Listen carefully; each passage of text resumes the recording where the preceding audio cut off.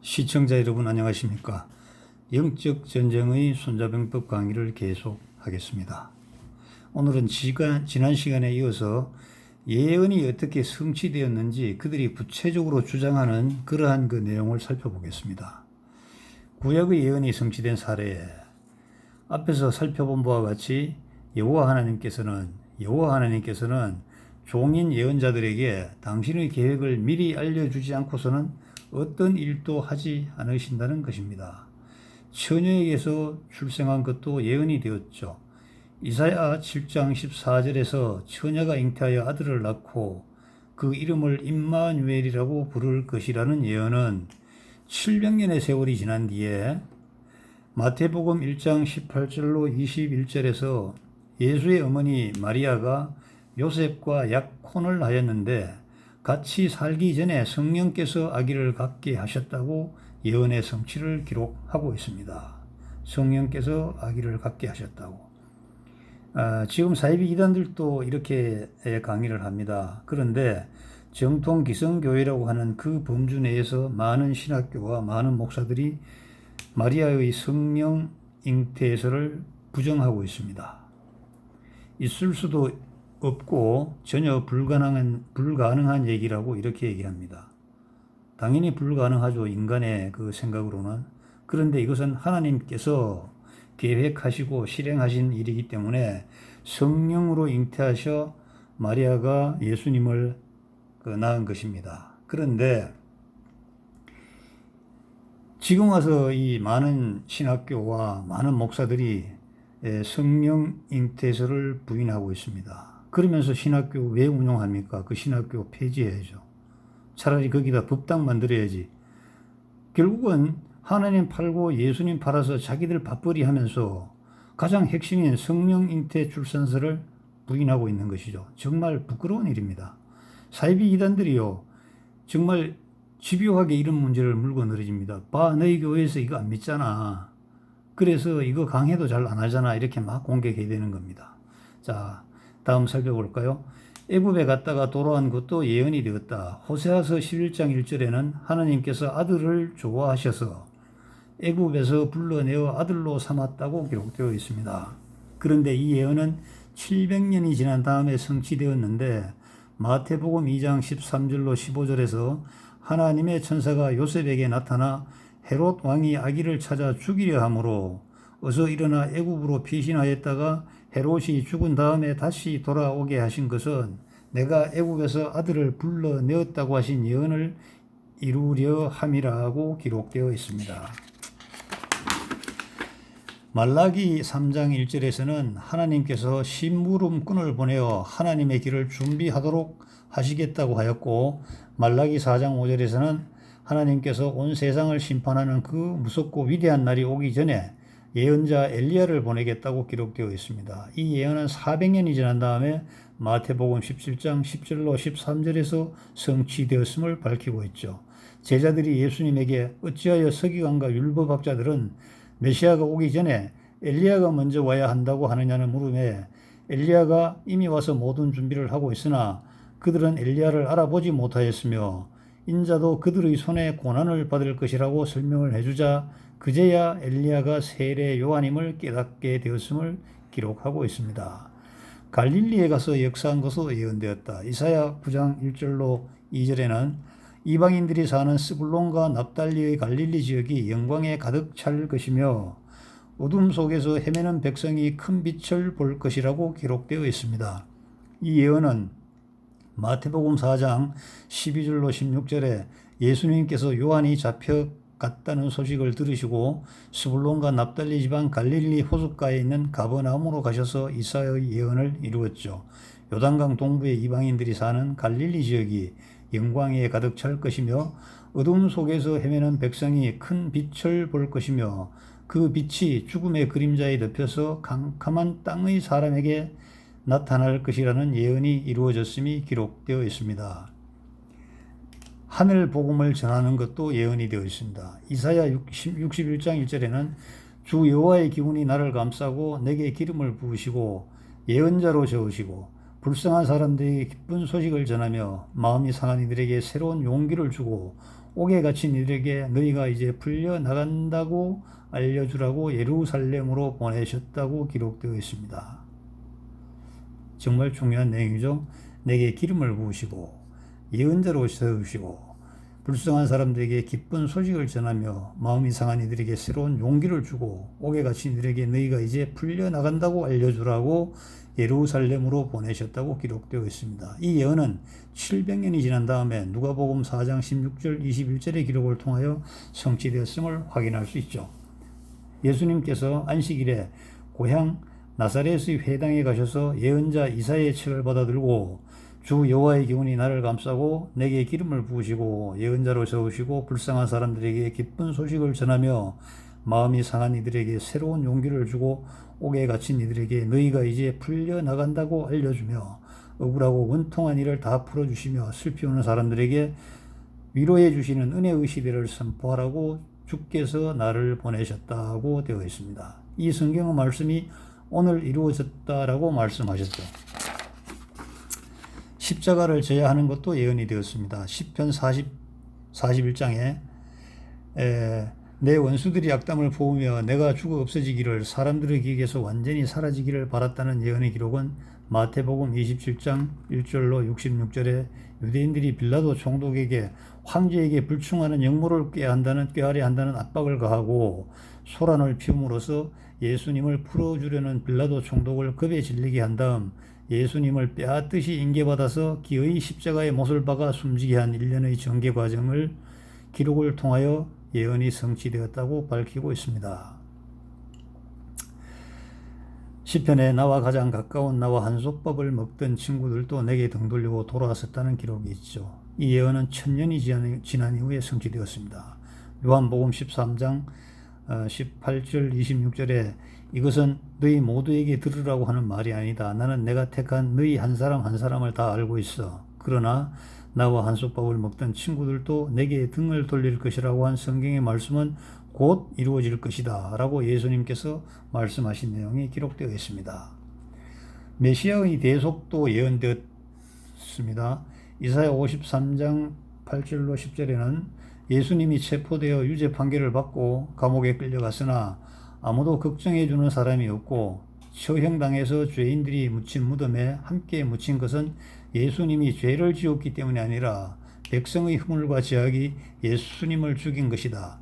다른 사람들이 범죄하고 죽어야 했을 때 세상의 죄를 대신하여 자기 목숨을 바쳐서 후손들이 행복하게 오래오래 살도록 하신 선하신 하나님의 계획이 성취될 것이라고 기록되었다. 이 예언은 700년이 지난 이후에 요한복음 1장 29절에 예수님이 걸어오시는 것을 본 요한이 보라 세상의 죄를 지고 가는 하나님의 어린 양이라고 하여 성취되었음이 증거되고 있습니다. 메시아의 부활도 예언된 것이죠. 주께서 이 몸을 수월에 팽개치지 않으시고 주님만을 애타게 그리는 이 몸을 버리지 않으시며 생명의 길을 보여주시니 주님의 얼굴은 한없는 나의 기쁨이며 주님은 한없는 나의 즐거움이라고 기록되어 있다. 고린도전서 15장 3절로 4절에 그리스도께서 성경에 기록된 대로 우리의 죄를 위해 죽으시고 무덤에 묻히셨다는 것과 또 예언자들이 말한 대로 사흘 만에 무덤에서 다시 살아나셨다는 사실이 기록되어 메시아가 부활하신다는 예언이 성취되었음을 밝혀주고 있다. 그러므로 계시록의 예언도 반드시 이루어진다. 그러므로 요한계시록도 반드시 이루어진다. 자, 이제 그들의 진짜 또 목적이 나옵니다. 계시록을 풀어 알리지 못하는 목자는 더 이상 목자가 아니다. 기성교회는 요한계시록을 절대 보지 말라고 강조한다. 계시록은 성경의 완성인데 이를 보지 못하게 한다면 성경 전체를 부인한 것이나 마찬가지다. 그래서 결론은 요한계시록의 예언도 반드시 이루어진다는 내용을 믿고 강의를 하는 자기들 그 종교 집단으로 나와야 된다는 것입니다. 그런데 저도 많은 우리 교회 성도들을 만나보면은 요한계시록을 이상하게 생각해요. 요한계시록이 무슨 마술서 같이 생각하는 겁니다. 마술서. 요한계시록은 성경의 완성계시고요. 가장 아름다운 글이 요한계시록의 글입니다. 정말 이 요한계시록을 보면은 얼었던 마음이 녹고 웅크러졌던 이 마음이 확 풀어져 가지고 신나서 뛰어야 됩니다. 정말 망아지가 저 마당에서 펄떡펄떡 뛰놀듯이 정말 내려오는 그 새 예루살렘 성전에 들어갈 수 있는 그러한 그 예수님의 신부가 되기 위해서 될 수 있다는 그 확신을 가지고 정말 기뻐서 우리가 덩실덩실 춤을 춰야 되는데, 요한계시록이 무슨 무서운 글이라고 생각합니다. 뭐 이상하게 뭐 아마겟돈 전쟁이니 뭔 전쟁이니 그 영화를 봐서 그런지는 몰라도 이게 결국은 저 미디어에 익숙한 우리 참 지식이 부족하고 미디어에 익숙한 사람들의 그 어쩔 수 없이 정말 도달할 수밖에 없는 결과인데, 요한계시록을 무섭다고 생각해요. 요한계시록 무서운 책이 아니고 가장 아름다운 책입니다, 여러분. 여러분 이 그 요한계시록을 보면은 정말 이 완성계시인데요, 정말 아름다워요. 신나요. 물론 과정에 겪어야 되는 그 뭐 다소 어려운 것은 거기에 기록되어 있습니다만은, 그런 어려운 것도 하나님의 계획에 의해서 들어있는 그 과정이기 때문에 우리는 참고 믿으면서 우리의 마지막 그날을 우리가 기다리고 환영하고요. 정말 우리가 깨끗하게 몸을 단장하고 박수를 치면서 기다려야 되는데, 이상하게 누가 어떤 설명을 했는지는 모르겠지만은 무서워해요. 젊은 그 여성들도 그래요. 제가 아는 우리 그 아가씨들도 무서워요, 무서워요, 그거 못 봐요 하는데, 그 무서운 거 하나도 없어요. 굉장히 아름다운 전쟁입니다. 이걸 가지고 자꾸 현실의 눈으로 보니까 자꾸 에러가 나는 거예요. 아, 지금이 뭐, 그래서 이단도 그 옛날에 선교회, 단위 선교회인가요? 거기서도 이걸 잘못 읽어가지고 휴거 나온다 그래서 그날 다 목욕 재개하고 그 마포 상암동에서 흰 옷을 입고 기다렸지만은 그날은 그냥 지나가고 말았지 않습니까? 여러분, 그렇게 오는 게 아니잖아요. 새 예루살렘 성전. 그런데 우리는 이상하게 자꾸 믿고 있잖아, 그죠? 그렇게 믿지 마시고, 우리가 요한계시록을 벌벌 떨고 제대로 접근 안 하니까 사이비 이단들이 이렇게 공격을 해버립니다. 이게 가장 중요한데 너희들은 이거 모르고 있잖아, 이 바보들아. 너가 모르는 게 아니고 너희들 목사가 모르니, 그러니 너희들은 너희 목사 믿을 필요가 없지, 이런 겁니다. 제가 이 책을 한 10년 전에 그 자료 조사하고 그들의 그 교육장 제가 방문하면서 할 때 하도 예언 성취 하길래 제가 마태복음 하나만 통해서 제가 진짜 확인을 해봤습니다. 그래서 마태복음에 이런 구절이 많지 않습니까? 예를 들어서 보라, 처녀가 잉태하여 아들을 낳으리니 뭐 내 아들을 애굽에서 불러내었거늘 줄기에서 한 싹이 나오며 뿌려. 이 제가 다 확인해 봤습니다. 이게 예언됐습니다. 다 구약에 나온 얘기입니다. 그런데 이것이 자기들만이 아는 것 같이 얘기해요. 자기들만이 아는 게 아니고 조금만 관심을 가지고 전후를 살펴보면 이건 누구든지 다 알 수 있는 것이. 제가 이거 13년 전에 이걸 제가 요약을 해서 이렇게 만들어 봤습니다. 이렇게 만들어 봤습니다. 이거 성경에 보면 다 쓰여 있잖아요. 작은 글씨로 어디 또 있다는 거 다 쓰여 있어요. 자, 이렇게 다 쓰여 있습니다. 이렇게. 그래서 성경을 앞뒤로 이렇게 넘기면서 여기 있지 그들의 특징이에요. 사이비 이단들하고 얘기를 해보면은 참 이 성경 구절을 잘 외우고 있어요. 뭐 몇 장 몇 절에 뭐라고 써 있잖아요. 또 뭐 몇 장 몇 절에 뭐라고 써 있잖아요. 또 뭐 몇 장 몇 절에 뭐라고 써 있잖아요. 또 뭐 몇 장 몇 절에 뭐라고 써 있잖아요. 그래서 제가 묻죠. 그래서 뭘 어쩌라고 하면 걔들은 또 말 못해요. 그까지만 배웠기 때문에. 아, 정말 여러분들, 그들은 성경 지식도 아니고 그냥 자기들 편리한 대로 짜깁기 해서 그냥 외우고 있는 거예요. 달달달 외우고 있는 겁니다. 학교 다닐 때 공부 못했던 사람도 이런 거는 어떻게 그렇게 외우는지요, 잘 외우는지요. 왜냐하면은 목적이 수단을 지배하는 겁니다. 너희들 이걸 외우고 있으면은 저 수없이 많은 저 정통 기성계의 저 헛개비야. 저거 너 혼자 나가면은 성도들은커녕 목사들도 너 마음대로 주물럭주물럭 할 수 있어. 너희들이 이것만 알고 있으면 성경 66권이 너의 손아귀에 들어가는 거야. 그러니 저 기성교회 저 뭐 골목골목마다 있는 소망교회 뭐 희망교회 저 목사들 저 다 헛개비야. 쟤들은 먹고 살기 위해서 하는 거야. 이렇게 공격을 해요. 그러니까 그동안 종교 생활 했죠. 하면서 조금 뭐 여러 가지 꼬였던 그러한 감정들 때문에 좋아, 내가 한번 저들을 혼내주리라, 이런 각오가 생기는 거예요. 여러분, 이 각오가 생기면요, 책을 보면 기억을 하게 되어 있습니다. 그래서 이단의 그 상층부에서는 자기 밑에 조직 구성들에게 계속 이런 각오, 정말 이빨을 물고 어떤 그 아주 그 각오를 단단하게 해주는 겁니다. 그러면서 이런 자료들을 계속 내려주면은 이 사람들은 학교 다닐 때 책 한 권 읽어보지 않았던 사람들도 이것을 다 암기하게 됩니다. 암기하게 되고, 그리고 한두 번 돌아다니면서 이렇게 확인해 보면은 자신감이 생겨요. 그럼 이제 간덩이가 배 밖에 나와서 막 덤비는 겁니다. 지하철역 옆에 나와서 그 서초동에 있는 사랑의 교회 전에 그 2호선 지하철역 옆에서 나 저 사랑의 교회 내가 무너뜨릴 거예요. 여성 40대 안 되는 것 같아요. 30대 중반 정도 된 것 같아요. 그래서 왜 그러냐 그러니까 쟤들 엉터리예요. 우리는 12제자가 있잖아요. 우리 교단은 12지파가 있어요. 뭐 다데오 지파 이런 거 있잖아요. 맨날 그 잠실 운동장에서 그 체육대회 할 때 보면 기가 막히잖아요. 그래서 제가 얘기했죠. 집으로 돌아가시게나. 왜요? 여성 아닌가? 보안이 나이도 한 30대 중후반 정도 된 것 같은데 지켜야 될 가정이 있잖아. 결혼했지, 그 했대. 아이들 있지? 있대요.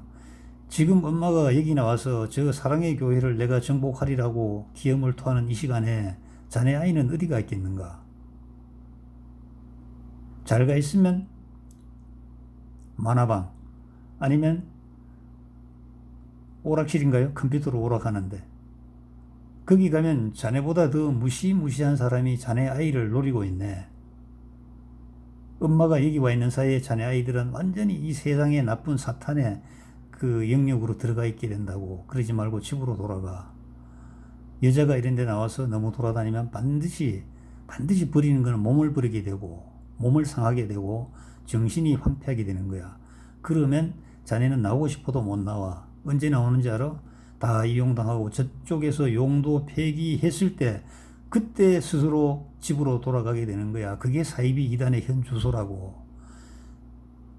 자네가 돌아가지 못하는 것이 이 이론 때문에, 정말 이 이론을 알지 못하는 정통 기성교회 성도들에게 이 이론을 전파해서 모두가 다 자네의 교회로 몰아가려는 그 사명을 감당하기 위해서 집으로 못 따라가는 게 아니고 아마 어쩌면 벌써 내가 말한 몸과 마음이 상해질지도 몰라. 만약 그렇지 않다면 빨리 집으로 돌아가시게나. 여기 온 지 얼마나 됐나? 그러니까 6개월 됐대. 그러면 잘 됐어. 빨리 집으로 돌아가. 알았지? 제가 정말 신신당부를 했어요. 집으로 돌아가라. 이 성경이 맞는지 틀리는지 증명하는 것은 아직 시일이 많이 남아있다. 시일이 많이 남아있다. 그러니까 또 하는 소리가 예수님께서는 새벽에 도적같이 오기 때문에 언제 올지 모르기 때문에 지금부터 준비해야 됩니다. 그래. 그 말도 일리는 있다마는 그것이 내일 새벽에 도적같이 오시겠다는 것이 아니고 우리 인간들이 언제 온다 하는 그런 상상과 예상이 전부 다 틀려먹었다는 거야. 예수님과 하나님의 계획에 의해서 온다는 것이지 너희들이 내일 새벽에 반드시 올 것이야. 아니야. 1998년도에 올 것이야. 2020년도에 올 것이야.